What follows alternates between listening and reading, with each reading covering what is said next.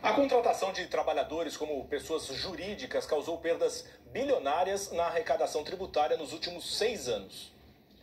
O impacto da chamada pejotização nas contas públicas foi calculado pela Fundação Getúlio Vargas. O país deixou de arrecadar entre 89 e 144 bilhões de reais de 2018 a 2023 devido ao modelo de trabalho de pessoa jurídica. Em 2023, os trabalhadores PJ contribuíram em média com R$ 4.000 aos cofres públicos. Se tivessem carteira assinada, esse número subiria para até R$ 33.000 em média no ano passado. O estudo da FGV também mostra que, com o avanço da pejotização, se metade dos trabalhadores CLT em 2023 se tornassem PJ, a perda de arrecadação chegaria a mais de 384 bilhões de reais em apenas um ano.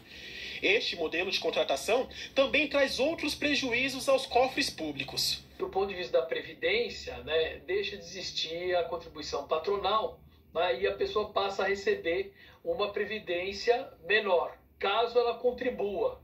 Tá certo? Se ela não contribuir, isso pode, no futuro, gerar uma pressão para o governo pagar algum tipo de benefício para ela. Esse advogado trabalhista explica os prejuízos para o trabalhador com a crescente pejotização. A consequência principal é que aquele empregado que faz uma contratação por meio de pessoa jurídica, ele perde muita proteção, da lei trabalhista. Pagamento de jornada extraordinária, férias, 13º, FGTS. A pejotização está em debate no Supremo Tribunal Federal. Todos os processos que tratam da legalidade ou não da contratação de trabalhadores como pessoa jurídica foram suspensos no mês passado pelo ministro Gilmar Mendes. A suspensão vale até que o STF decida de forma definitiva se este vínculo empregatício é válido ou não. Segundo o IBGE, mais de 6,8 milhões de pessoas trabalham como PJ no país. A competência para solucionar essas questões é a competência constitucional da Justiça do Trabalho. Está no artigo 114 da Constituição. Então, o Supremo Tribunal Federal não pode excluir essa competência da Justiça do Trabalho e examinar a existência de fraude numa relação de trabalho, como ocorre nessas pejotizações forçadas. O próprio governo vai perder com essa mudança, tá certo? Se realmente for aceita a pejotização, uma terceirização mais restrita. Ele vai ter uma perda de arrecadação e uma perda na capacidade dele de financiar políticas públicas, Esse que é o problema. Agora, Ju, a chamada pejotização surgiu lá atrás justamente como meio de burlar o pagamento de impostos à alta carga tributária, De parte a parte, trabalhador da empresa.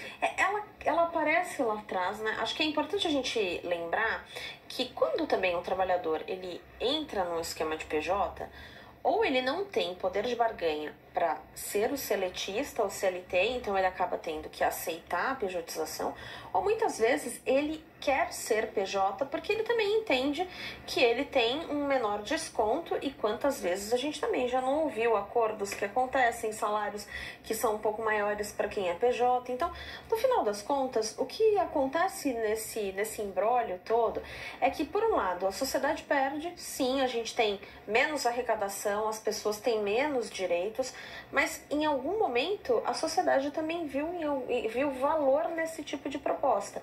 É ruim a gente realmente enxergar trabalhadores com menos direitos e mais expostos.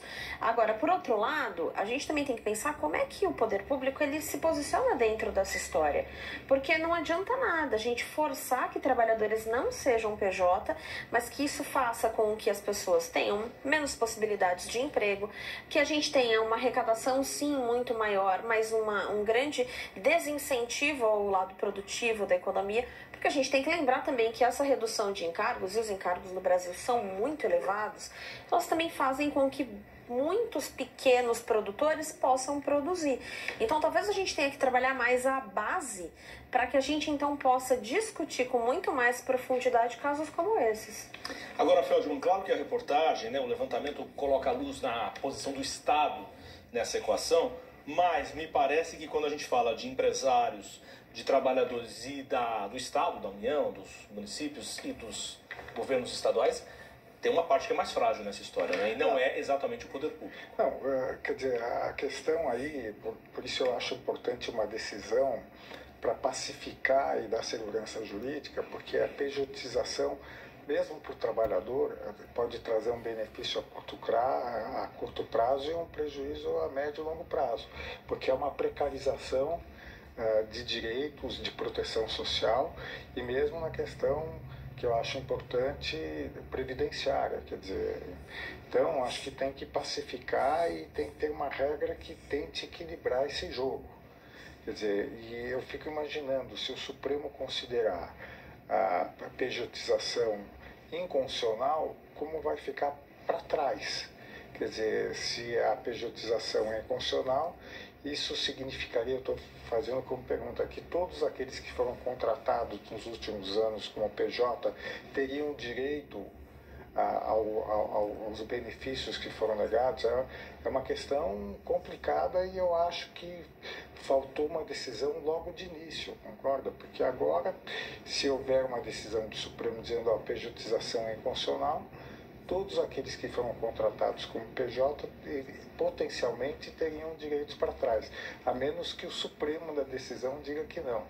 Então acho que tem que resolver isso de uma vez, porque, e como a Ju falou, quer dizer, muitas vezes aquele trabalhador, ele prefere PJ porque tem menos desconto, mas menos desconto hoje e eventualmente mais danos sociais amanhã, exatamente quando ele for precisar dessa rede de proteção social. No próximo bloco,